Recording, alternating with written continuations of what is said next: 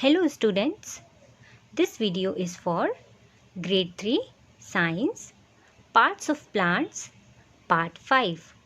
In this video, you are going to learn germination of seeds and planting of crops. So let's get started. Children, before we start, let us listen the story of seed germination. A long time ago, a farmer took a big bag of seeds to sell at the market. एक बार एक किसान अपनी बीज market में बेचने के लिए ले जा रहा था. Suddenly, his cart's wheel hit a big stone. Bump, one of the seeds fell out of the bag and onto the hot, dry ground.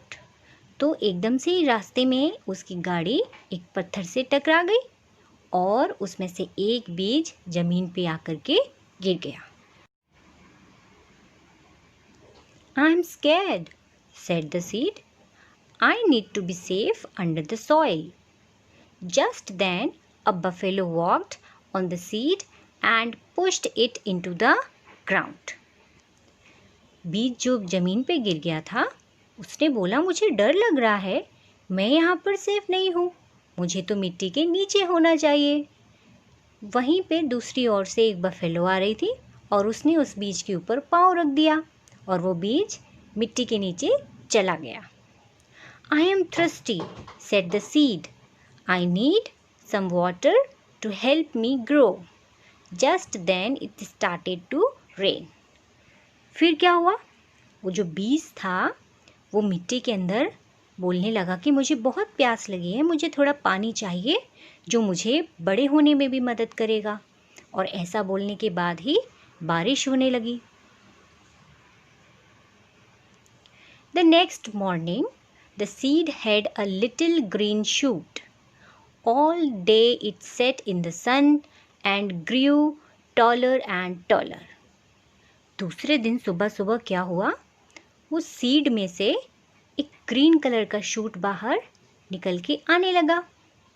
सारे दिन भर वो धूप में अपने आप को बड़ा बड़ा और बड़ा करते गया. The next day it had its first leaf. This helped it to catch sunlight and grow. फिर क्या हुआ? दूसरे दिन उसकी पहली पत्ती बाहर निकली और उस पत्ती की मदद से उसे सनलाइट मिलने लगी और उसे बड़े होने में मदद मिलने लगी. That evening, a hungry bird tried to eat it, but the seed had roots to help it stay in the ground. शाम को एक चिड़िया ने सोचा कि चलो मैं ये पत्तियाँ खा लेती हूँ और मैं इस पेड़ को ही खा लेती हूँ, लेकिन वो ऐसा नहीं कर सकी. क्यों? क्योंकि उसके पास रूट्स थी जिसने उस प्लांट को अच्छे से सॉइल में पकड़ा हुआ था. राइट? तो ये सब हमने रूट एंड शूट में पढ़ा कि किस तरीके से रूट हेल्प करता है एंड शूट पार्ट किस तरीके से प्लांट की हेल्प करता है. Right? Now let us understand germination of seeds. So I hope story से आप लोगों को काफ़ी कुछ समझ में आया होगा. Each seed has a baby plant in it. जो पहली चीज़ हमने वहाँ पर देखी वो थी कि हर सीड के अंदर एक बेबी प्लांट होता है. Like this. So this is the baby plant which is already there in the seed. और फूड भी रहता है वहाँ पे और ऊपर रहती है एक लेयर जो उस सीड को, उस बेबी प्लांट को प्रोटेक्ट करती है. Right? When the seed is sown in the soil and enough air, water and sunlight are provided, तो जब हम इस सीड को मिट्टी के अंदर डाल देते हैं और उसकी जो फेवरेबल कंडीशंस हैं जैसे कि पानी, सनलाइट, एयर सब प्रोवाइड होती हैं, तब वह सीड जर्मिनेट होना शुरू होता है. उसकी जो आउटर लेयर है वो निकलने लगती है और इनर लेयर से जो बेबी प्लांट है वो बाहर आने लगता है. So the baby plant comes out of the seed.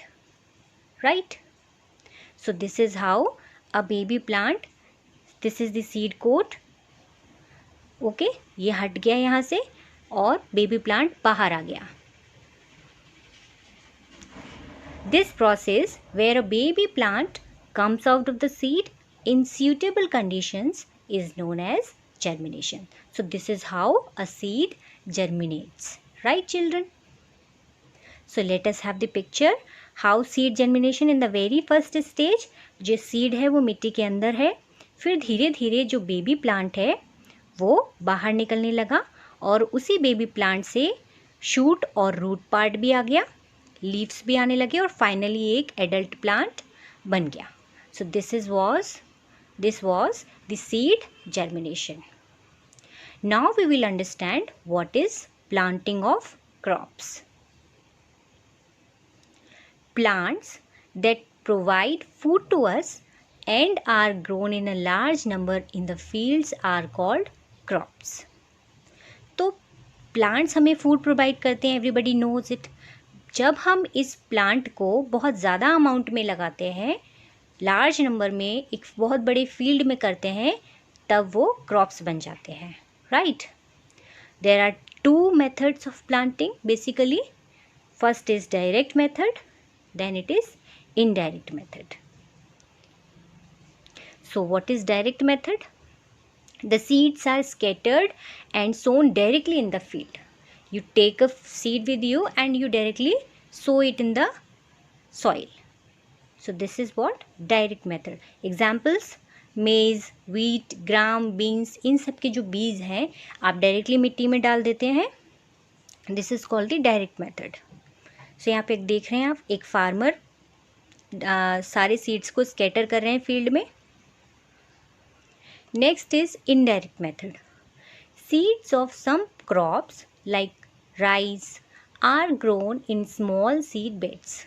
कुछ क्रॉप्स ऐसी होती हैं जिन्हें डायरेक्टली नहीं लगा सकते, जैसे कि राइस. फिर क्या करेंगे, राइस के प्लांट्स को अलग अलग हम लगा करके जब वो कुछ बड़े हो जाते हैं फिर उन्हें वापस से बड़े फील्ड में ट्रांसप्लांट कर देते हैं.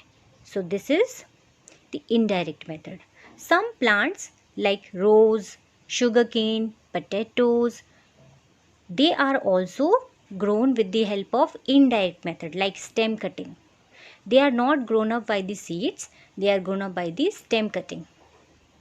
Some plants like garlic, onions, tulips, lilies, they grow from the bulbs. So there are different methods to grow the plants, direct and indirect. So let us have a look on these. These are some indirect methods how planting of rice is done. And here you see a bulb has come out from the garlic. Onion bulbs are also there. तो इनको directly जब हम मिट्टी में लगाएंगे तब वहाँ से प्लांट होगा. दूसरा स्टेम कटिंग, एक प्लांट में से उसके एक स्टेम को कट करके फिर उसे मिट्टी में लगाने से वो नया पौधा बन जाता है. So this was the indirect method of planting of crops. In this chapter, we have learned different parts of a plant like root and shoot. We have learned the functions of root and shoot. We have learned the germination of seed, planting of crops. This was all about the parts of a plant. Thank you for watching.